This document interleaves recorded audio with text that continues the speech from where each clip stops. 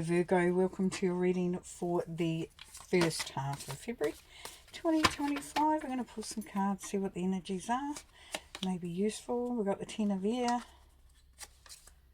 got the Moon, and we've got the King of Water. Ooh. Some emotional stuff going on there. Okay, the Ten of Air, we got the end of a difficult situation. Embrace the change and expect things to get better now. Recovering from an addiction. Okay, so definitely things are improving. As we know, with the 10, we're coming to the end of a cycle. We're going into a new beginning. This is a new beginning with lots of optimism behind it. It's exciting and it's embracing that change. So if you had, things have been quite hard and then they've actually eased up, it's like, wow, you know, this is different, and it's just about embracing that. And also to expect that things are getting better now as well, because we are ending a cycle here. So for some of you, you'll start to feel things easing up with the Ten of Air. With the Moon card, of course, we've got important psychic insights, events behind the scenes, release fears that hold you back. Now, sometimes you may not be able to see everything. As you know, when the moon is out, it casts shadows, and you can't actually see what's in those shadows. And the rest of, you know, where the moon sits, it's bright, it's illuminated, and you can get those insights. You can understand. Your intuition is heightened, and yet you've got those shadows. You know, it's what's there. So this could be also stuff that is happening that you are not able to see at this time. There could be secrets. There could be information that has not been divulged to you at this time. But this is with the 1 and the 8. The 1 is you and the 8 is power. It's, you know, it's a powerful number, the 8. It's all about being in power. So know that this is all about building your strength, your resilience, and also the ability to take chances and make decisions where you may not have the whole picture. Now with the King of Water, we have open your heart and mind to those around you, trustworthy and heartfelt advice and charity work. So for some of you, as we see, if you don't know the answers, if you're seeking out the information, this may well come from the King of Water or the King of Cups. And it's knowing that you know, just knowing intuitively that advice you're getting is trustworthy. This person does know what they're talking about, does have your best interests. And for some of you, you may want to also go out there and give back from what because you know what you give out, you get back tenfold. Some people say 100-fold, whatever. But the energy comes back to you. So what you're projecting, you know, you can be expecting. So it's about giving service. It's about putting it out there. And as you do that, you also find that will come back to you. It's not for everybody, and it doesn't work for everybody quite like that. But what it says is that you become very open to possibilities, to opportunities, to allowing yourself to move from a heart vibration, which is what the new energy has come through for everyone to do. If you're working and coming and manifesting from your head, it's going to be really tricky in this new energy. So coming from the heart is really, really important. Okay, let's have a look.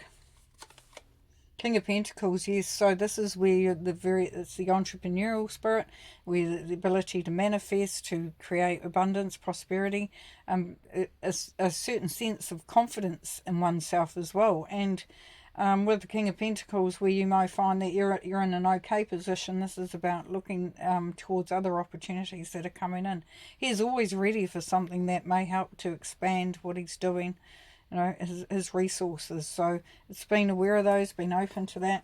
And as you know, with the Ten of Air, you see that things are, you know, there is that opportunity for expansion, for creativity, because the easing up of the Ten of Air, and you're going into that 1, which is new beginnings. Here we have the death or rebirth. So there's a big change, transformation here. So you will start to feel a lot more energy.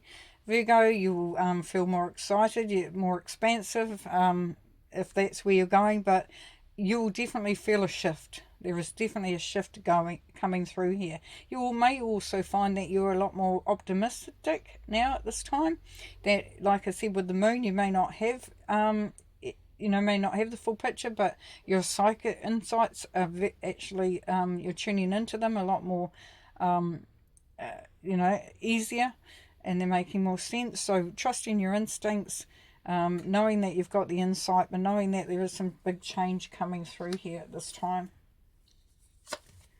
The Hierophant, yes. So this is the understanding that if we follow a traditional path, that we will get a traditional outcome. So this may be for you to be thinking outside the square, following your own stairway to heaven, if you like, or your path to evolution, and psychic connections.